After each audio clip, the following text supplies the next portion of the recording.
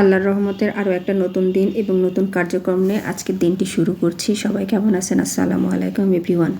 যে যেখান থেকে আমার এই ভিডিওটা দেখছেন অবশ্যই একটু ভালোবাসা দিয়ে পাশে থাকবেন। একটু সকাল সকাল রেডি হয়ে বেরিয়ে পড়লাম, একটু কাজ আছে, ব্যাংকে যাব, ব্যাংকের কাজ সারার জন্য। ব্যাংকে যাওয়ার কথা শুনে কেউ আবার ভেবে বসেন না আমি ফেসবুকের পেমেন্ট তুলতে যাচ্ছি। না রে ভাই, এত বড় সৌভাগ্য এখনও হয় না যে ফেসবুকের পেমেন্ট তুলতে যাবো, কারণ এখন আমি সেট আপই পাইনি।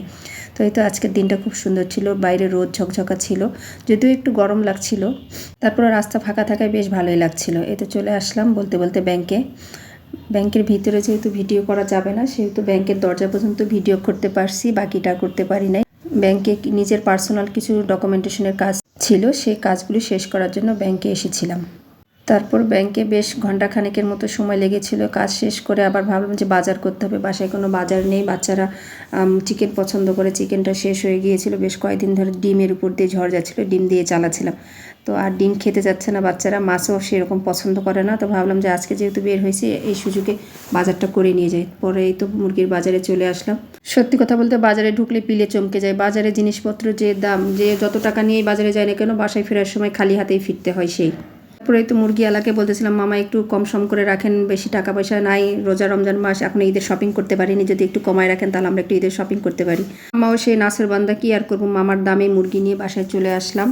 বাসায় আসার পর সেগুলো প্রসেসিং করে ফ্রিজে ঢুকিয়ে রেখে নিজের দৈনন্দিন কাজের হাজিরা দিতে চলে আসছি। এই তো রান্নাবাড়ি করতে। তো জারিফ বলছিল, মা আজকে একটু স্যান্ডউইচ খাবো, ওই জন্য স্যান্ডউইচের পুর রেডি করছিলাম। চিকেন কিমা ছিল কিছু ফ্রিজে, সেটা দিয়েই পুরটা রেডি করে রেখে যে রাতের জন্য একটু গরু মাংস রান্না করছিলাম।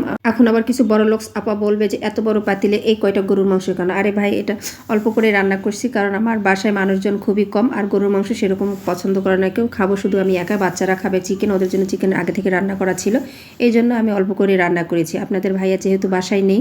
আর গরুর মাংসের মধ্যে মাংসের চেয়ে আলু বেশি কে পছন্দ করেন তারা একটু কমেন্ট করে যাবেন। আমার তো মাংসের থেকে আলুটাই বেশি পছন্দ, মনে হয় আলুটা দিয়েই পুরো ভাত খেয়ে ফেলতে পারবো। এবার রোজায় তো একদিনও হালিম খাওয়া হয়নি বা হালিম করাও হয়নি, তো ভাবলাম আজকে একটু হালিম করে নিই, যেহেতু মাংস রান্না করছি। তার থেকে কিছুটা মাংস নিয়ে একটু হালিমের জন্য রেখেছিলাম, ওইটা দিয়ে হালিম এই পাশে বসিয়ে দিয়েছি। রোজার মাসে হালিমটা না থাকলে মনে হয় যে ইফতার পুরোপুরিভাবে জমে ওঠে না। যেহেতু আমি একাই ছিলাম, এই জন্য এইভাবে আর হালিম করা হয় নাই, কিন্তু আজকে ভীষণ খেতে ইচ্ছে করছিল, এই জন্য রান্না করলাম। একটু অল্প করে রান্না করছি, এক প্যাকেটের পুরোটা রান্না করি নাই, অল্প করে অর্ধেকটা রান্না করছি, আর অর্ধেকটা রেখে দিয়েছি আরেকদিন করব, কারণ আমি একা মানুষ, কতটুকুই আর খেতে পারবো। আর এদিকে আমি হালিমের ডাল বাটিতে ভিজায় রেখে নিচে রেখেছিলাম, বাটি খুঁজে পাচ্ছিলাম, পরে খোঁজাখুঁজির পর বাটি বের করলাম, বের করে এই তো ডালটা হালিমের মাংসের মধ্যে দিয়ে দিলাম। এখন এই মাংসের সাথে হালিমটা বেশ কিছুক্ষণ একটু কষিয়ে নিব, তাহলে হয়ে যাবে মজার হালিম রেডি। আমার হালিম মোটামুটি হয়ে গেছে, যে পেঁয়াজ বেরেস্তা আদা কুচিটা দিয়ে দিলাম। এখন বেশ পরিবেশনের পালা। আজকে রিজিকে থাকলে ইফতারের সময় মজা করে খাবো ইনশাআল্লাহ। সবাই ভালো থাকবেন।